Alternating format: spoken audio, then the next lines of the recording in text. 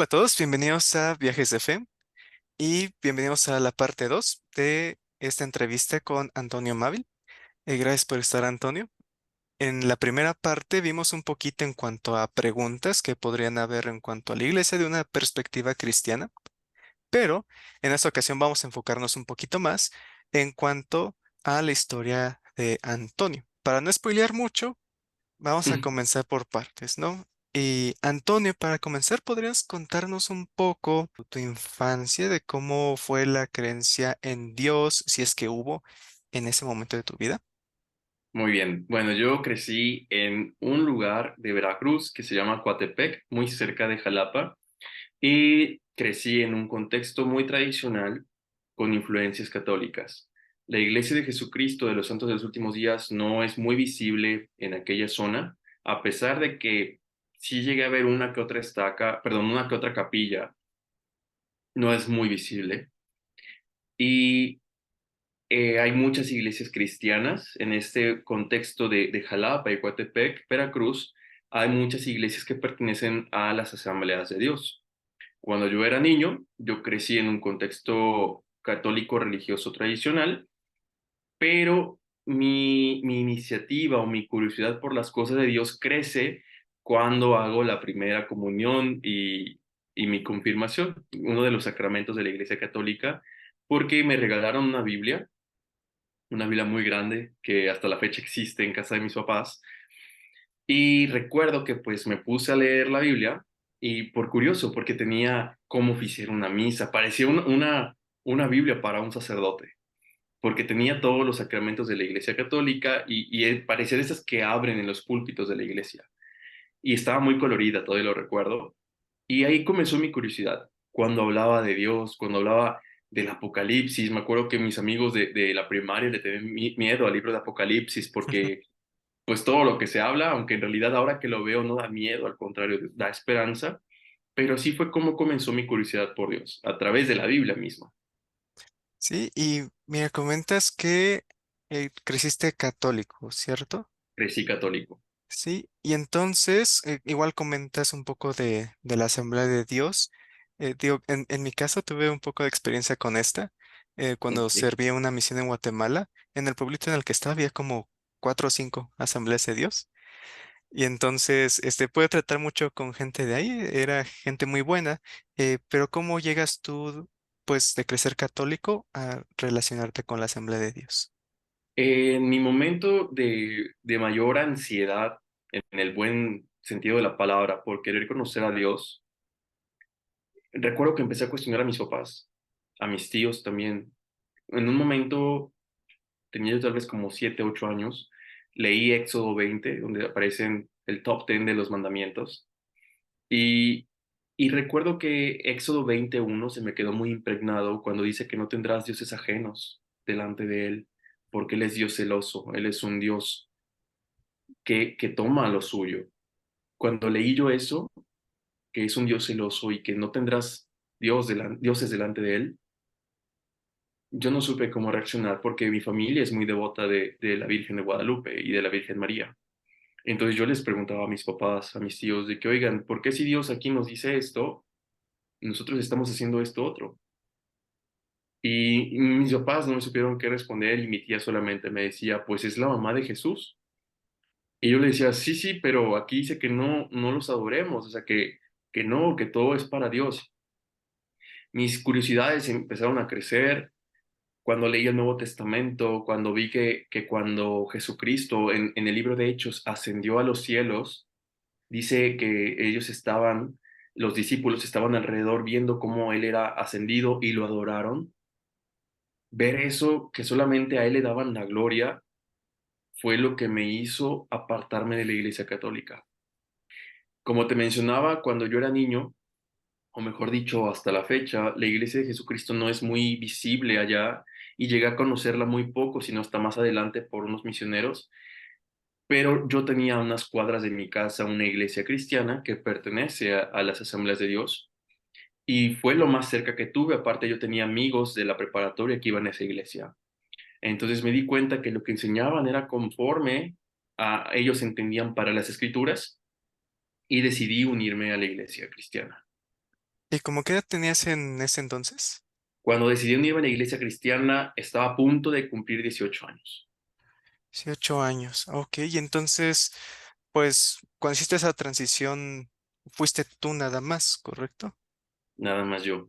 Sí, ¿hubo alguna controversia en casa o algo así de que cambiaras de iglesia? Y al crecer en una familia tradicional católica, mis papás se molestaron, no puedo mentir en eso, sí hubo molestia por parte de ellos, y en su momento pude ver que se sentían muy tristes, porque yo era alguien, o hasta la fecha soy alguien, que es muy curioso en la lectura en cuanto a Dios. Me gusta mucho leer en cuanto a Dios. Y mis papás veían ese ánimo. Yo iba a la iglesia católica siempre los domingos por iniciativa propia. Incluso mis papás luego se quedaban dormidos y yo sin problema me iba a la iglesia católica. De niño demostré mucho interés por las cosas de Dios, pero ellos no vieron esa transición como que yo quería conocerlo más profundamente conforme a las escrituras, lo vieron como una rebeldía contra su religión. Sí hubo problemas, pero todo pasó después conforme al tiempo, empecé a involucrarme más con asambleas de Dios, empecé a servir en la alabanza, a servir en los grupos de jóvenes y así me fui envolviendo más y más. Ok, entonces, tío, al ya comenzar a involucrarte un poquito más, ¿no? En las asambleas de Dios, eh, en alguna parte de tu historia, eh, serviste como un pastor. ¿Cómo decidiste que eso era lo que querías hacer? En realidad, de hecho, desde que yo llegué a la iglesia cristiana, yo veía pastores predicar y veía gente al frente y decía, qué valor para exponer una prédica de ese tamaño. Y debo reconocer que cuando yo vi la Biblia, la Reina Valera por primera vez, porque sabemos que la Iglesia Católica maneja la Biblia de Jerusalén, que es otra versión, cuando vi la Reina Valera de la Iglesia Protestante, eh, dije, qué complicado va a ser dominar la Biblia como ellos lo hacen.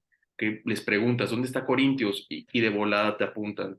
¿Dónde está Tito, la carta de Tito? Y te apuntan directamente. Y yo decía, no, o sea, eso no es lo mío. Yo quiero venir a disfrutar y yo soy feliz aquí cantando. Pero cuando empieza a pasar el tiempo y me empiezo a involucrar con los jóvenes y me empezaban a buscar para que les diera consejería, empieza a ver una necesidad de querer ayudar a la gente, pero desde una perspectiva bíblica. Yo tenía mucha dificultad, me siento identificado tal vez con Moisés, el profeta del Antiguo Testamento, porque yo casi casi le dije a Dios de que yo no quiero hacerlo porque yo soy de lengua mala para hablar, tengo lengua tardía. Yo me consideraba como alguien que tal vez tartamudeaba o incluso pensaba mucho lo que iba a decir y yo no me veía ahí. Pero conforme fue pasando el tiempo, empecé a conocer más las escrituras, el Antiguo y Nuevo Testamento, me empecé a apasionar muchísimo por la obra, que en ese momento pues yo no sabía que pues no estaba bajo una autoridad, bajo un sacerdocio, pero para mí era la obra de Dios, era lo que yo conocía en ese momento. Y es ahí donde yo decido incursionar en estudios de teología, estudié teología de manera formal dentro de las Asambleas de Dios y recibo posteriormente mi ordenación como ministro de culto religioso en el oficio de pastor. Y cuando tomas estos cursos para poder aprender de teología, eh, como, ¿qué cosas cubren y qué cosas como te sorprendió al aprender por primera vez? De hecho, debo sorprenderme todavía en el hecho de que todo lo que aprendí incluso me ha ayudado a lo que hoy continúo aprendiendo dentro de la Iglesia de Jesucristo.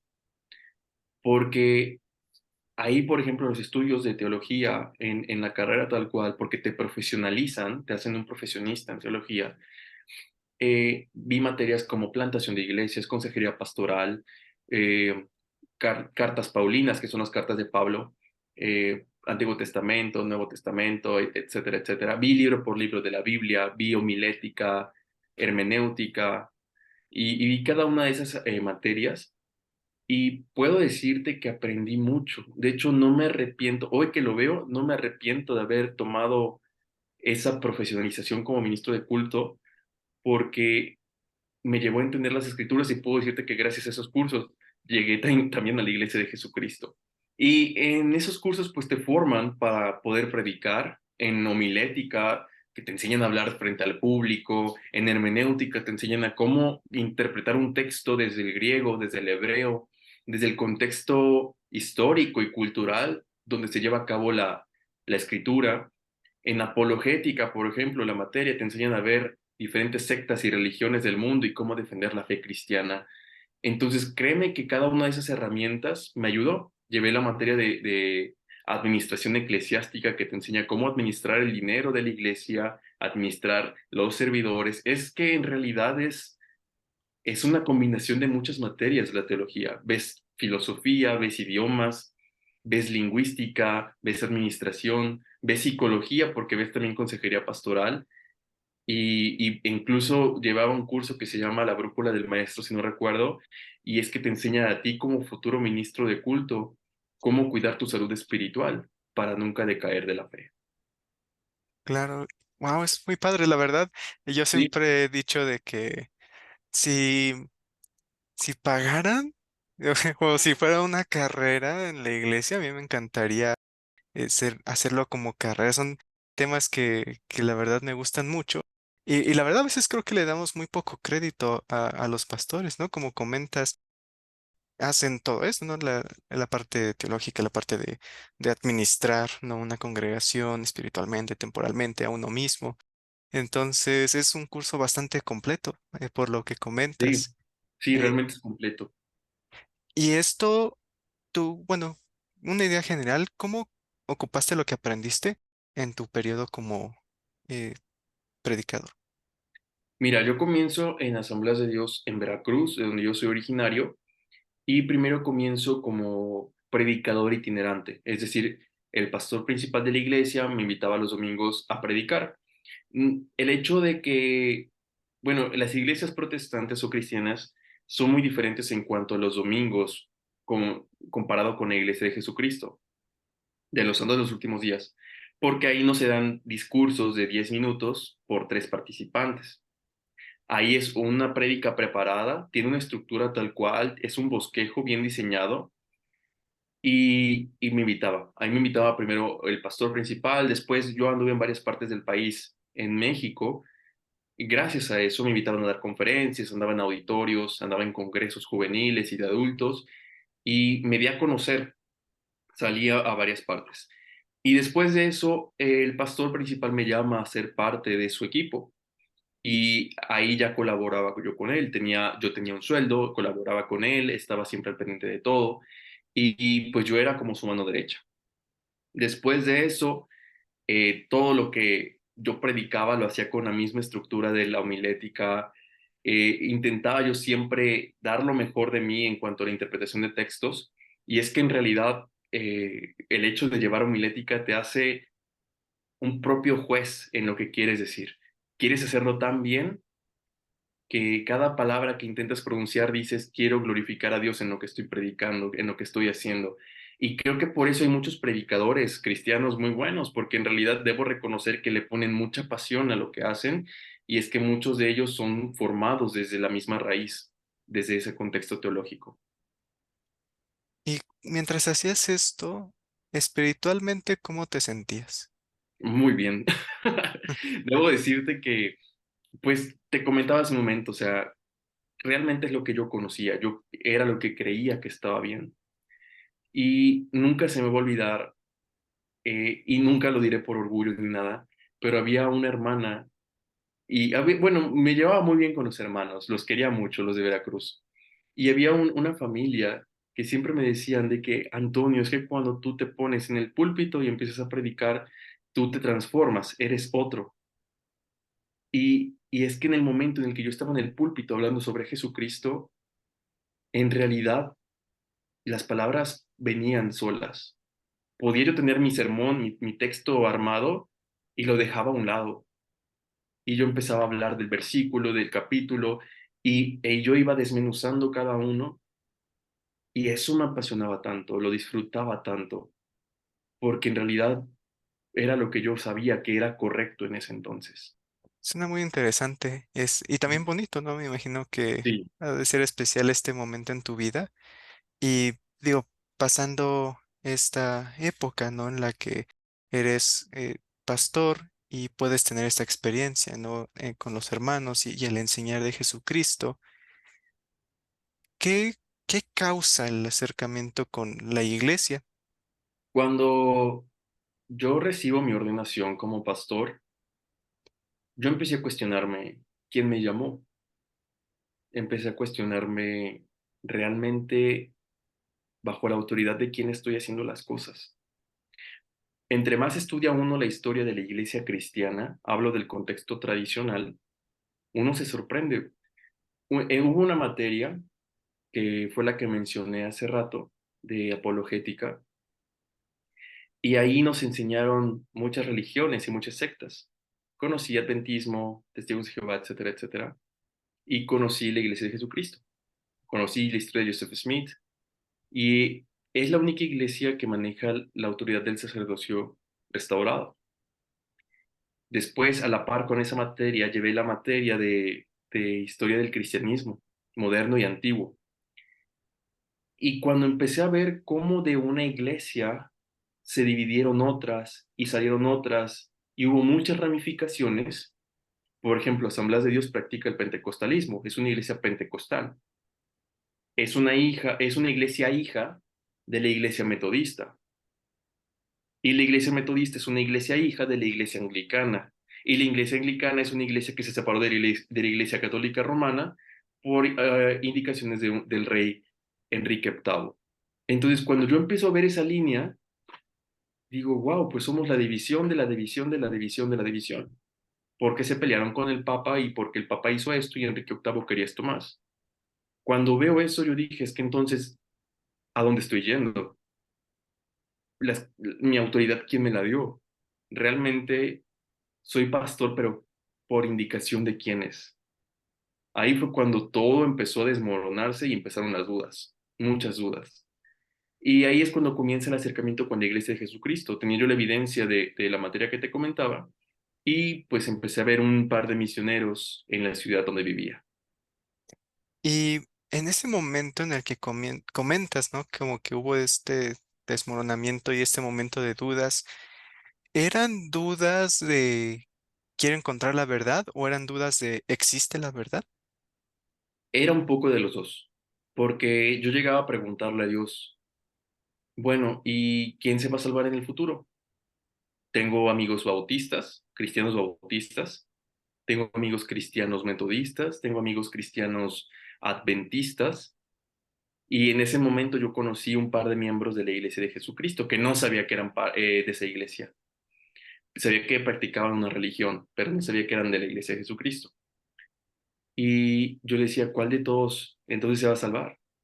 Porque yo veía que pentecostales vivían enojados con bautistas, bautistas vivían enojados con presbiterianos, y así era un triángulo de pleitos. Y yo decía, entonces, ¿por cuál de todas estas iglesias va a venir Jesucristo? Es ahí cuando todo se desmorona, como te comentaba, y empiezo yo a indagar por la verdad auténtica y ver si había una verdad. Y entonces comentas que es ahorita que encontraste a dos misioneros.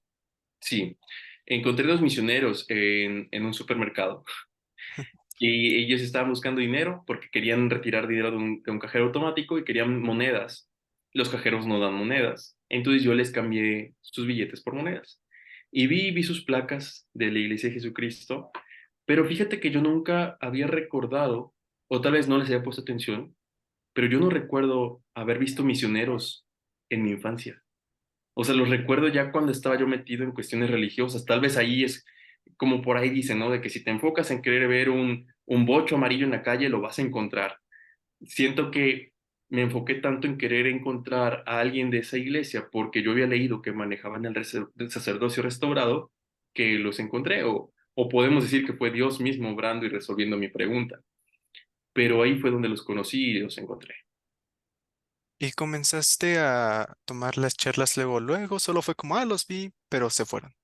Me invitaron a leer el libro de Mormón. Me regalaron uno ese mismo día en el supermercado y me dieron una tarjeta. En ese entonces tenían unas tarjetas de mormon.org, Ah, sí. en ese entonces, unas tarjetas de presentación, que hasta la fecha está esa carta, esa cartita en casa de mis papás.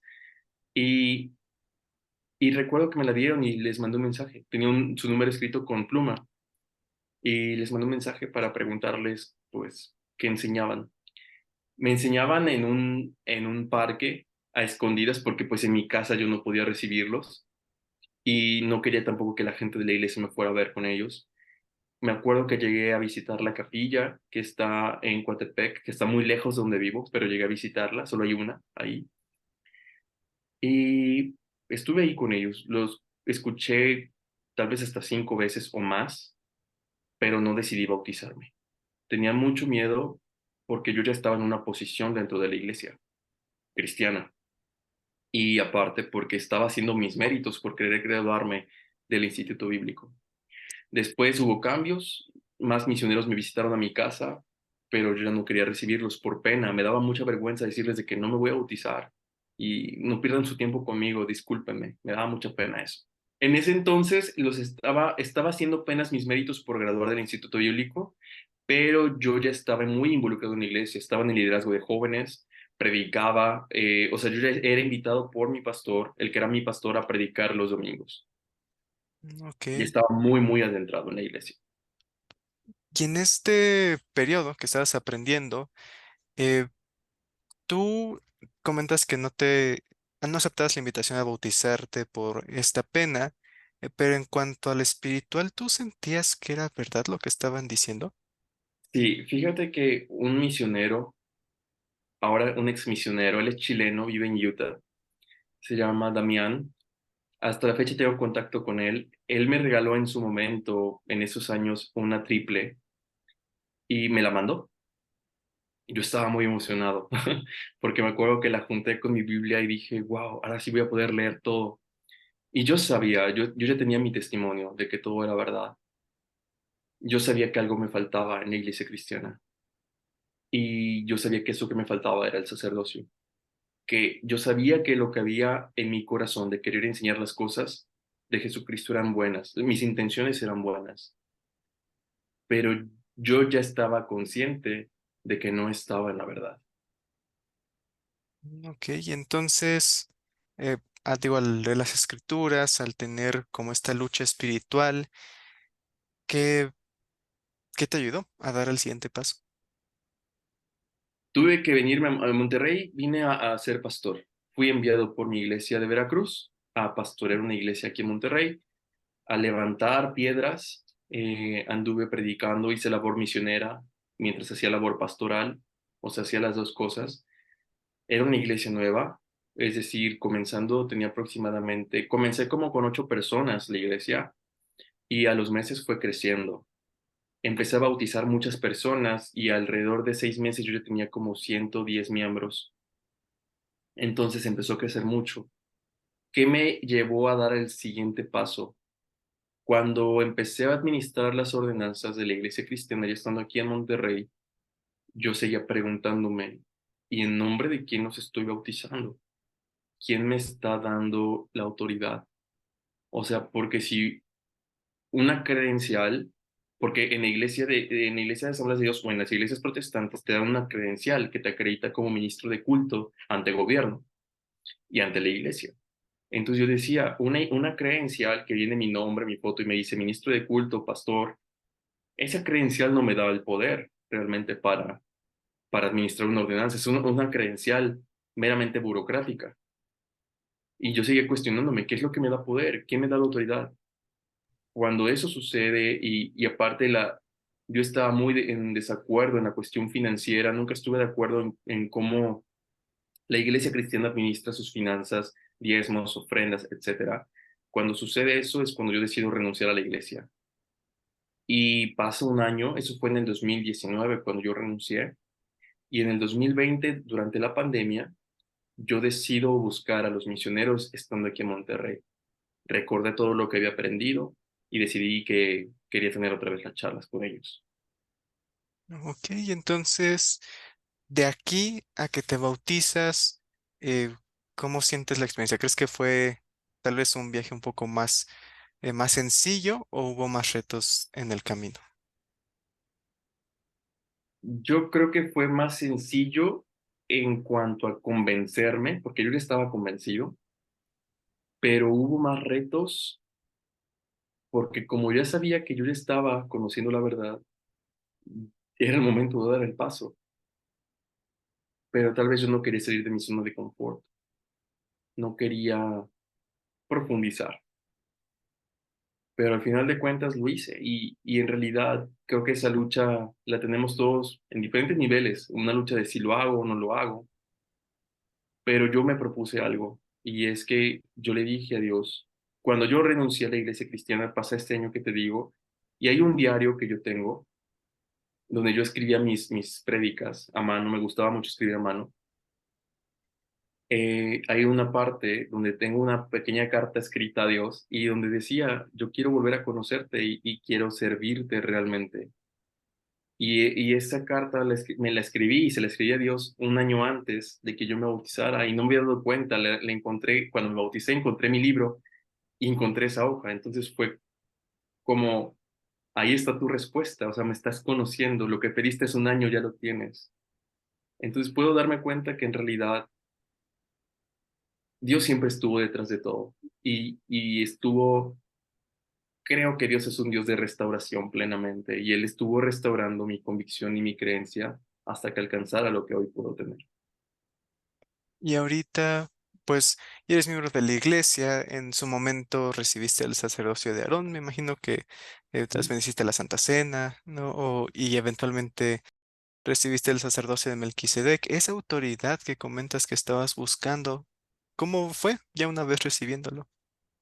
Cuando recibí el sacerdocio de Melquisedec y me llegó un correo de la iglesia con mi línea de autoridad y ver mi línea de autoridad hasta Pedro, Santiago y Juan, que le administraron la autoridad a José Smith y Hiram, fue lo que yo estaba buscando.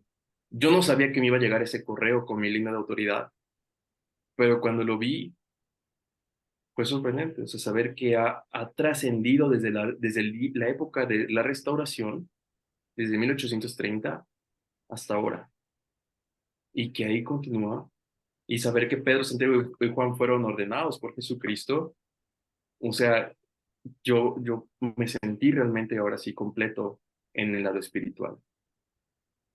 Muchas gracias por compartir tu historia, Antonio, y como comentas, a veces es como los misioneros, ¿no? En el momento son cosas que tal vez no notamos, pero tal vez viendo para atrás son más claras. Y para concluir, hay varias personas que están en distintos puntos en sus viajes de fe, eh, acercándose a la iglesia o alejándose de ella. Para personas que tal vez estén en tu misma situación, que conocen la iglesia, pero sienten que tal vez estarían traicionando eh, lo que ya conocen si deciden unirse, ¿qué les recomendarías o qué les compartirías a personas que se sientan así? Principalmente, bueno, si alguien ya conoce de Dios y está conociendo de la iglesia de Jesucristo, la invitación es que ore y realmente si está buscando una respuesta, yo estoy seguro que nuestro Padre Celestial se la dará y que estemos dispuestos a escuchar los dulces y apacibles consejos del Espíritu Santo, porque dice la Escritura que Él nos guiará a toda verdad. Y eso lo dice en Juan, en el Evangelio de Juan. Yo estoy seguro que nuestro Padre Celestial no quiere que nosotros andemos por caminos errados. Y cuando Él permite que nosotros conozcamos el Evangelio de Jesucristo plenamente, es por algo. Y es porque Él tiene esa convicción en que nosotros vamos a acceder a Él, al Evangelio restaurado. Mi invitación para toda aquella persona que está leyendo el libro de Mormón o que está hablando con los misioneros actualmente es que no deje de hacerlo, que no deje de leer, que no deje de escuchar a los misioneros y que por supuesto no deje de orar. Los misioneros podrán hablar mucho, el libro de Mormón lo podemos leer mucho, pero tenemos que orar mucho para que nuestro Padre nos conteste. No importa cuánto tiempo pase, en mi caso fueron alrededor de 10 años para poderme bautizar dentro de la autoridad del sacerdocio. A otros vi por ahí una noticia de una persona que le tardaron 33 años en poder llevar la ordenanza del bautismo. Pero si tú tienes la ordenanza hoy y estás dispuesto a hacerlo, humíllate ante Dios, se humilde ante Él y sigue orando y verás que Él te responderá. Muchas gracias, Antonio. Y, y ahorita, no, viendo para atrás en cuanto a tu historia, tu experiencia actual como miembro de la iglesia, ¿qué- ¿cuál sería como la lección número uno que sacarías de todo esto? Eh, Dios nos separa para todo, línea por línea, precepto por precepto, y creo que en mi caso, mi convicción por seguirlo desde niño sigue, solamente que Él se encargó de ir poniendo sus enseñanzas en mí en orden y ajustando mi fe hacia la iglesia verdadera, porque mi convicción sigue. Yo creo en Jesucristo desde niño, pero ahora siento que lo conozco más y mejor. Muchas gracias por compartir eso. Y de igual forma, a cada uno de ustedes, gracias por ver este episodio de Viajes de Fe. Si les gustó, pueden darle me gusta, pueden compartirlo, suscribirse al canal y recuerden que al final los invitados y todos los temas son simplemente para que el viaje de fe de cada uno de nosotros sea un poco más informado.